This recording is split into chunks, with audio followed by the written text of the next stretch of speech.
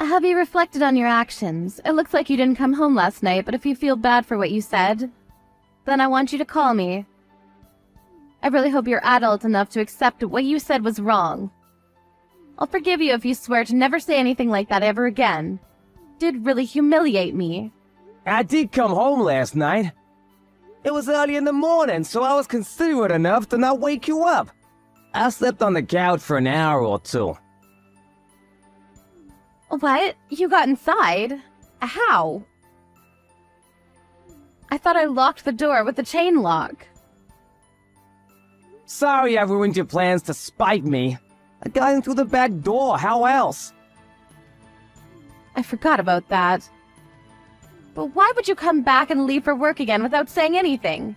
Do you really not feel bad for saying what you did? You should be reflecting on your actions, not finding ways to avoid apologizing to me. I should be reflecting on my actions?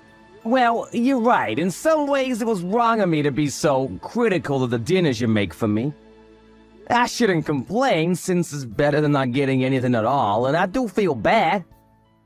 But you have to meet me halfway here. You can't honestly think that I'm completely in the wrong, Natalie. Why should I? You're in the wrong.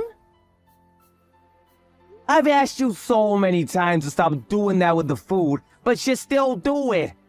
I had enough, so I complained, so sue me.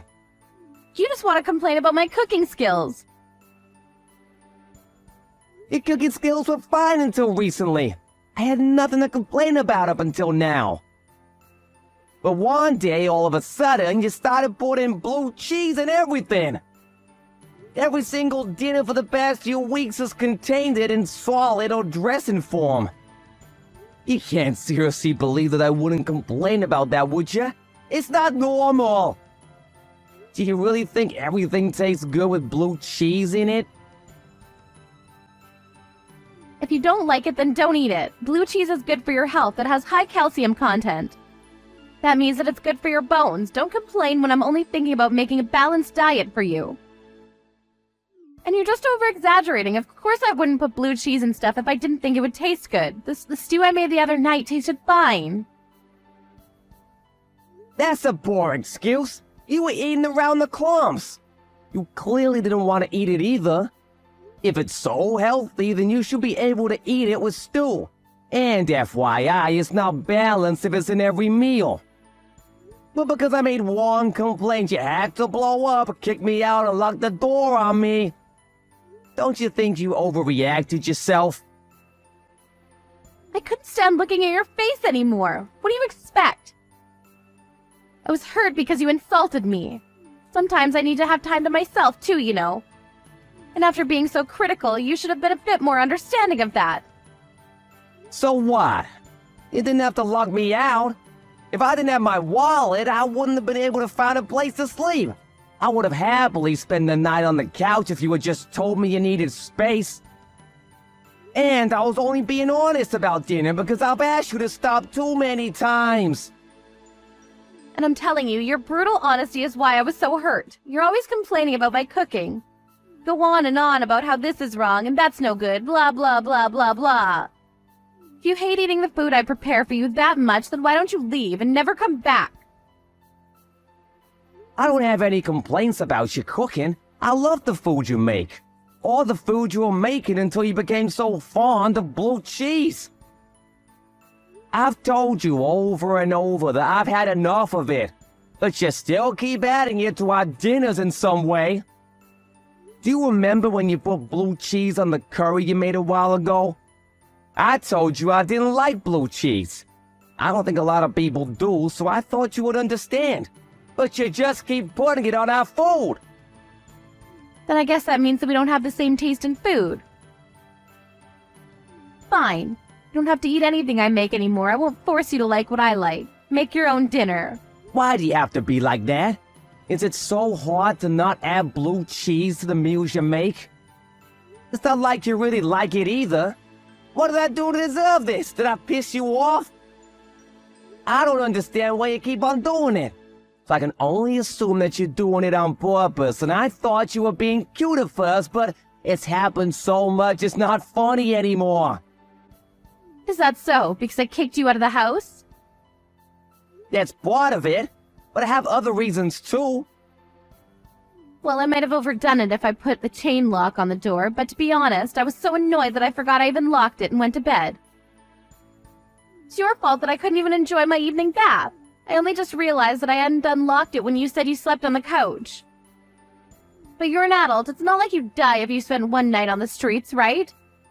And you had your wallet, so you were able to spend the night somewhere. Isn't that good enough? If you complain about my cooking one more time, you'll have an even bigger problem to think about. Do you understand?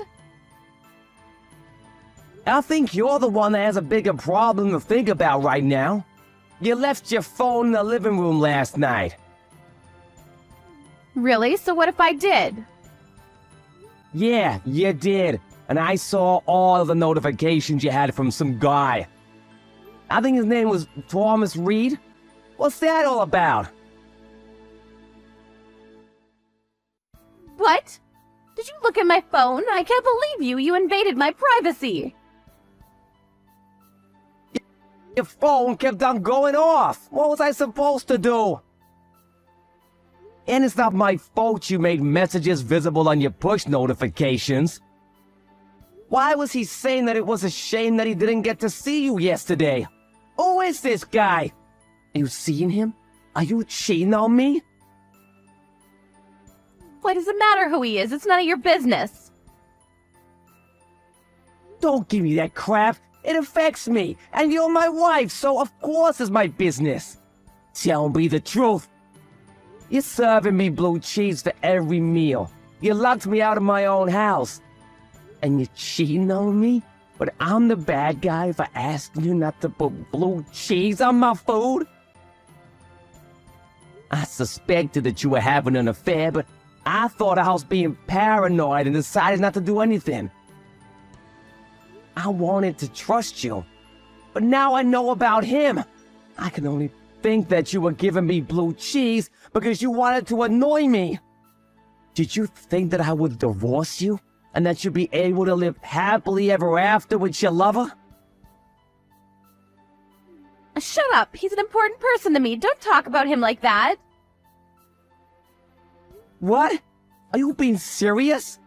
When we got married, I thought that I was that important person. But I guess wedding vows mean nothing to you. Yeah, he's important to me. In comparison, you mean nothing. Since when have you been dating? How long have you been cheating on me? Since way before. He's my childhood friend. He knows me more than you do, and he's a lot more fun to spend time with. All you do is complain about my food, and I can't be with you anymore. He understands me, and I understand him. We were meant to be together, but you got in the way of that. Oh, really? It sounds like you've been cheating on me for a long time. It's already been 3 years since we got married, and in the beginning you were making dinners like a normal human being. So I suppose this really is the reason why you won't stop giving me blue cheese. Are you trying to say that I'm not a normal human being anymore? How rude can you get? You used to be really good at cooking. I was really grateful that I would come home from work with you and a great meal waiting for me. Before I knew it, you were adding such weird stuff to our food, and I had no idea why. I wondered if you were experimenting, but now I know that it was just because you were purposefully trying to pick a fight. No, that wasn't my intention, but if it bothers you that much, you're free to leave. I'm not going to stop you. I don't plan on changing the way I cook either. I'm going to make what I like. If you want to live together, you'll just have to bear it. You're my husband. That's what you're supposed to do. If you can't do that, then there's no point being together. See? You're obviously trying to get rid of me. I've never heard of a husband that has to endure the torture of eating blue cheese at every meal to be with his wife. And by the way, if I'm leaving, then you'll have to leave as well. What are you talking about?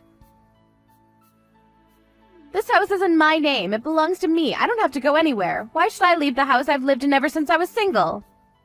The only reason you have a roof over your head is because I let you live with me when we got married. Yeah, that may be true, but I'm the only one that's been paying the rent since we got married. If you want me out, I'll happily leave. But will you be able to pay it by yourself? I think you'll have to find a job pronto if you want to keep living here. You're the one that said you didn't want to work after getting married, so you've only got yourself to blame for your lack of funds. I'll be fine. I'm going to ask for permanent alimony. What? You're kidding? You don't actually think that the court will let you take anything from me, do you? We're going to divorce because you're complaining about my cooking, so of course I'll get something. I won't be able to get a job straight away. And I don't plan on remarrying just yet. Do you seriously think that you deserve financial support from the man you've been cheating on? And you're the one that's been telling me to leave. So, from the court's point of view, you'll be the one that owes me money. I'm shocked that you think that you have the right to ask anything of me after everything you've done. My relationship with Thomas doesn't have anything to do with you, so of course it won't have anything to do with our divorce. Even if it did, you don't have any proof that I've been cheating on you, so there's no way for you to argue that it's caused our marriage to break down. There's nothing you can do, so you might as well just give in and pay up. Now that that's decided, can you hurry up and come back for your things before I throw it all out? I want you to be out as soon as possible. I'm surprised you wanted a divorce that much. What, are you going to beg me for forgiveness now? No, I really did love you, and wanted us to be together for the rest of our lives. But I guess that was just me. I'm just trying to accept the reality that you would cheat on me. Did you really want me to leave that much? So much that you pushed me away with blue cheese? That's what I've been trying to say. He's important to me. You're not, Calvin. That's why I don't want to be with you anymore. It's a shame if you can't understand it, but either way you'll have to accept it and leave. When we first got married and were still in our honeymoon phase, I thought that maybe you were the most important person to me. But after all of your complaining, I've had enough. Fine. I suppose there's no point arguing that I was only complaining because you started bringing out strange combinations for dinner. Are you sure you want this? For us to split up? Of course I'm sure. If you can't understand what I have with Tom, then there's no point in us being together. I don't want to be stuck in a marriage with you. Fine, I'll give you a divorce. Are you happy with that? Not quite. We'll still have to talk about money. I'll settle for everything you have saved. I know you don't have a lot, but it'll have to do. I don't want to be in debt after all. Now that would make me feel bad. You should be grateful that I'm so forgiving. But even with your minute savings, I should be able to live without any worries for a while. I think that's the best way we can settle this. I'm not paying you anything. But I'm gonna talk to a lawyer and see what I can demand from you. I'm not leaving this marriage with nothing. And how do you plan on doing that? You don't have any evidence to prove I've been cheating, so the court will just agree that I need financial support more than you do. Have you been listening to me at all? I have been listening. And I've been talking with your beloved Thomas, too. What? How did you contact him? I asked your parents if they remembered anybody called Thomas Reed from your childhood. And luckily enough, they did. They gave me his phone number. You spoke to my parents. Why would you do that? It looks like you weren't lying when you said he was a childhood friend that lived in the neighborhood. Apparently he still lives close by. And when I told your mother that you were still in contact, she was really surprised. She was under the impression that you had already stopped talking to him way before we had gotten married. She seems curious as to why I wanted Thomas's phone number, but I think she guessed without me telling her anything. What did you say to her? How do you know that she guessed that I'm going out with Tom? Did she say anything back to you? I didn't mention you at all. I only asked for his number, but I think that was enough. Well, I'll have to tell your parents anyway when I let them know that we're getting a divorce. It doesn't matter whether she already knows or not. Don't do that. You can't do that to me. They can't know. Why not? It's the truth. What do you mean, why not? They're my parents. They don't have to know about Tom. If you tell them, you'll just be hurting them. You're the one that's hurting them. You're the one with the affair. What's the real reason why you don't want to tell them? They're gonna want to know why we're getting divorced. Are you planning on lying to them as well? Yeah, I'll tell them, but not like this. Give me some time, I'll tell them. You just don't want to tell them because Thomas lives next door to your parents, with his wife and elderly parents. My mom told you all that? I'm amazed that you could do such a thing. You're having an affair with a man that has a family. And you don't even feel ashamed of it? Instead, you're trying to divert all blame from yourself and onto me. But you don't have any evidence. Why should I feel bad when there's no way for you to tell them? They'll just pass it off as you being spiteful. Thomas was panicking a lot when I told him who I was. He sensed why I was calling him and promised that he would give me anything I wanted as long as I didn't tell his wife. He offered to give me photos, even screenshots of your messages without me asking him. You're lying. You're just saying that so that he'll give up. Tom would never betray me like that. I don't believe you. It looks like you were the only one that thought your affair meant something. The most important thing to Thomas was that his wife didn't find out he was cheating. Apparently, she's pregnant and having a tough time dealing with it. So he doesn't want to stress her out right now. He seemed really desperate that she doesn't find out. But he told me that he loves me more than he loves his wife. He's supposed to not care about his wife at all. He's just saying all of that because he's working in the company his wife's parents own. I know that he loves me. He just can't say anything because he might lose his job. He'll protect me when he has to. Are you sure about that? It didn't take him long to decide what his priorities were. He sold you out the second he found out what I wanted with him. Thanks to that, I have photographs showing the both of you together, and I'll be able to use them to file for a full divorce. He coughed up evidence without a problem, so I plan to keep my promise of not telling his wife. But I don't know what will happen if I tell your mother. She might go next door and tell Thomas's wife and parents what's happening between the two of you. You can't let that happen. Nothing good will come of that. You'll destroy a family. Please don't do that. Tom will hate me if that happens. He won't ever want to be with me ever again. I'll lose him.